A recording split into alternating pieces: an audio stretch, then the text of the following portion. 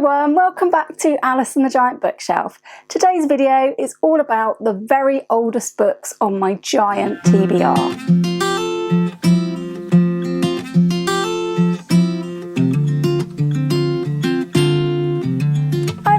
Welcome back to my channel, or welcome if you are new.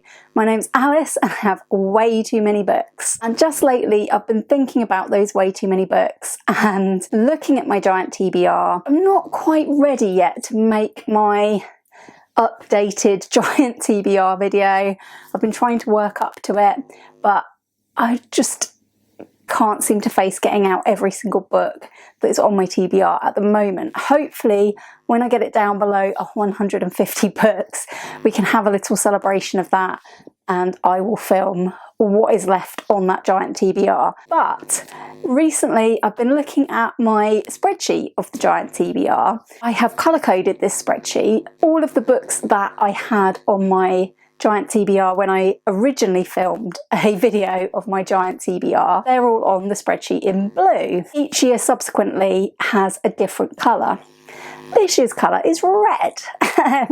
And yeah, so when I've read a book on the Giant TBR, I move it over onto the second page of the spreadsheet, which is all of the books that I've read this year. I've also moved over to there any books that have left the TBR for other reasons. So all the DNFs are on there and all of the unhauls, unread, are on there as well. I was doing this lately and I noticed a bit of a terrible pattern, especially when you consider that I've said I will read the books from my shelf, I will get them read. What seems to be happening is that I'm buying the books and then I'm reading the books, so they come off the Giant TBR like maybe a month or a few months later. Lately all of the books have been read books on that list of books that I've read, so that's not great because the idea obviously is to clear some of my backlog, some of the books that I've had for longer, and there are still 100 books around in my house that I had when I made that first Giant TBR video where I had over 200 books. I think I had near enough 250, but there are a lot of books still left from that list. Now, last year I made a TBR tin, to keep track of the very oldest books. Now, within that blue section, there are a lot of books that I have owned since 2010 or before, and I put the names of those all into this tin last year, and there were 40 of them, and I wanted to try and incorporate this into my TBRs. I haven't really been incorporating this into my TBRs because there are still 27 book names in here. So I thought what I would do today is show you all of the oldest books on my TBR. This is what is in the TBR tin, if you've ever wondered, and these are all the books I really ought to prioritise reading and get on with. If you have any suggestions when you've seen the books, do let me know in the comments which ones of these books do you think I should make a priority, and I will hopefully read some of those, because some of these I've kind of lost the motivation to read. Others of these I definitely do still want to read, and I just seem to not be getting round to it. So I'm going to show you the 27 books today. I'm not going to tell you loads about the plot, but I will tell you a bit about how they came to be on my TBR, because a lot of these I actually either hauled when my mum was unhauling them, or I bought secondhand cheaply, so hopefully it's not like this is a pile of books that's cost me a lot of money. I do need to start reading these instead of just the books that I've just recently bought. So here we go. Here are the oldest books on my Giant TBR that I need to prioritise. I'll start with this one. This one is non-fiction, so I could pick it up in Non-Fiction November, and it's a collection of essays about football called Forgive Us Our Press Passes.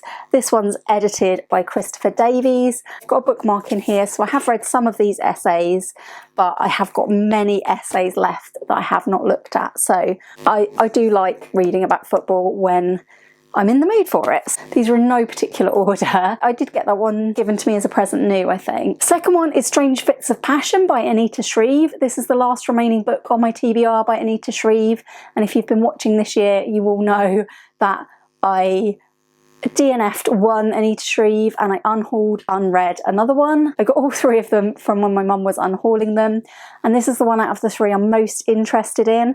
I think this has a link to another Anita Shreve book that I have read, but I can't off the top of my head remember what that link was, but I would love to get to this at some point. I just haven't been making it a priority. I also have Skin by Mo Hayder, and I did read the other Mo Hayder book on my TBR earlier this year, and I really enjoyed it, and it was in this same series, the Jack Caffrey series, and I would love to read this. This is, I think, book 4 or 5 in the Jack Caffrey series, and I do ideally like to read series in order. I'd love to hear from you if you've read Mo Hayder. Can I read this out of order? Would it be fine to read this one now and then go back to, I think The Treatment is the next book that I need to get ideally, but I don't know whether Jack Caffrey needs to be read in order or not. I also have If Nobody Speaks of Remarkable Things, which I think I also hauled from my mum, and this is by John McGregor, and I've heard really good things about this. When I've shown it on a TBR before, people have said read it, so I expect I will get that again. And this is one I just do not know why I haven't got to it, because I think that I might really, really like this. Also, I have Everything is Illuminated by Jonathan Safran Foer. I think my husband and I got this for £1 with a paper. You used to be able to buy the paper and get the book cheap, or maybe even free, and my husband did start this book and it was left on a windowsill for quite a lot of years, so it is very, very foxed. I have never felt any strong desire to read this book, so if you recommend this book, do let me know. Non-fiction again, I have Endel by Alan and Sandra Parton, and this is all about their dog Endel, who saved Alan's life, I believe, and is like a assistance dog. I don't tend to get to like the books I've got about animals very often, but when I do, I usually love them. I also have Anthony Burgess's A Dead Man in Deptford. I've read 2 books by Anthony Burgess. One is one of my favourite books of all time, which is A Clockwork Orange. The other one, Nothing Like the Sun, was about Shakespeare, and I really didn't like the way it portrayed Shakespeare. So I'm unsure about this one, but this one is about Kit Marlowe, the playwright. I am quite interested in that, and I did read another book about Christopher Marlowe and his death in a tavern in Deptford, which was very mysterious. I do think I still want to read this. It's another one I got from my mum. This one I definitely bought new. I think I got this in a 3 for 2 at Waterstones, and it's Arthur and George by Julian Barnes. I do have a buddy read booked in to read this in December with Carolyn from Carolyn's Reading Ramblings, so I really hope that we do get to this. Quite a chunky one, but this one is fiction about Sir Arthur Conan Doyle, and I'm not quite sure who the George of the title is, but I'm sure I will find that out quickly. But I think this might be about a real life case that Arthur Conan Doyle got involved with, but fictionalised. So that would be an interesting one, and hopefully I will get to that in December. Then we have the final remaining book by Siri Hustvedt that's on my TBR. I've already read the other 2. All of these I got from my mum, and I quite enjoyed The Blindfold, although it was really very strange, and I read What I Loved with Sandy, and I really quite liked that. That's Sandy from Ms. Reads a Lot. The Enchantment of Lily Dahl is the last one that I have. Good success rate with Siri Hustvedt so far. Also a possibility for non-fiction November, I have Scar Tissue by Anthony Kiedis. Anthony Kiedis is famously the lead singer of the Red Hot Chili Peppers. This is my husband's book and he's already read it, and I really would like to read this at some point. It's his autobiography written with Larry Sloman. And yeah, I'm very, very interested in this one. I really like the Red Hot Chili Peppers, but I just have never managed to get to it yet. So we've got Dracula's Guest. So I have read Dracula. I read it when I got this copy, and when I bought this copy I didn't realise that it also had a short story collection called Dracula's Guest in it.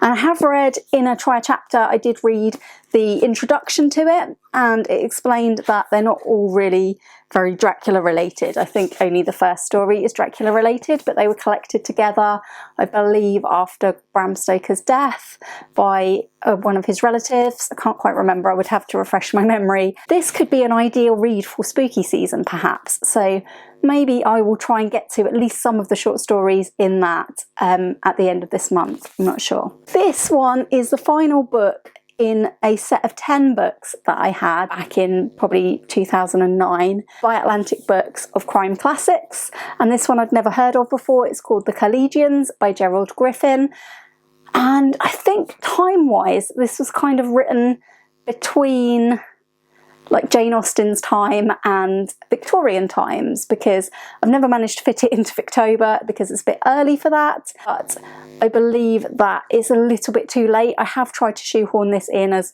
one of Jane Austen's sort of contemporaries before, but it's a bit after Jane Austen's death, to be honest. So I do know that this is an Irish writer, and I don't know much else about the book. That set contained Bleak House. It also had The Riddle of the Sands, which is one of the worst books I've ever read. But on a more positive note, it had The Murders in the Rue Morgue by Edgar Allan Poe. It had The Man Who Was Thursday by G.K. Chesterton. I read Wilder's Hand from it last Victober or the Victober before.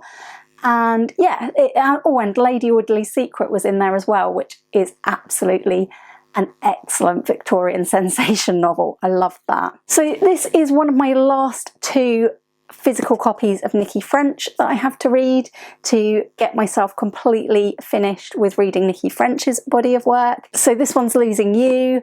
I believe this one takes place in real time over 24 hours with a woman looking for her missing daughter. I do have another one on my shelf, but it's not been on my shelf as long, and the other ones I'm going to listen to on audio. So yeah, still really hoping to get to this by the end of the year, but who knows. Another possibility for non-fiction November. I showed this one for my non-fiction November TBR last year, and it's Join Me by Danny Wallace. I actually did a try chapter with this and found the first chapter really, really funny and wanted to get to it, but I just didn't get round to it for some reason. But this is non-fiction about Danny Wallace accidentally starting a cult, so I'm very much looking forward to reading that one. These ones have also been in a try a chapter this year, and I gave them a stay of execution, but I still haven't read them, and that is The Business of Dying by Simon Kernick, Lifeless by Mark Billingham, and the first Dave Robichaux novel by James Lee Burke, The Neon Rain. I really do need to get to some of these like crime fiction backlog, because I just kept buying crime fiction at one point and I haven't got to it yet. This one's also no stranger to a TBR. It's Backwards by Rob Grant. This is the last Red Dwarf tie-in book that I have left to read, and these are always so funny. I didn't get round to this in August, and I would really still like to get to it this year. This one is a bit more obscure. It's called London After Midnight, a conducted tour by Peter Haining, and this is a collection of short stories which features authors such as Sir Arthur Conan Doyle, Agatha Christie, Ruth Rendell, P.D. James, Graham Greene, and many more.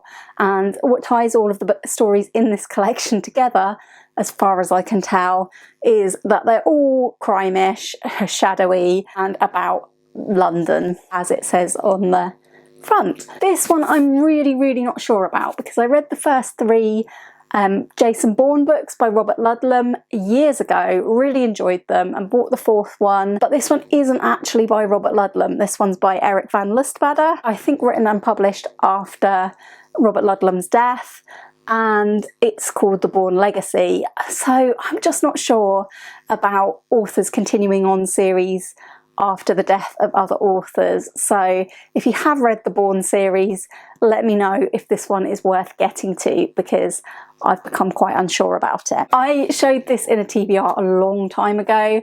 This was one of the books that I showed last time I made a video about the longest serving books on my TBR, which means I've had this one since about 2008, I think. And I think this was also my husband's, and I wanted to read it. It's Life Expectancy by Dean Koontz, and it sounds really, really weird, but I have enjoyed Dean Koontz books before, so yeah, it's still on the Giant TBR.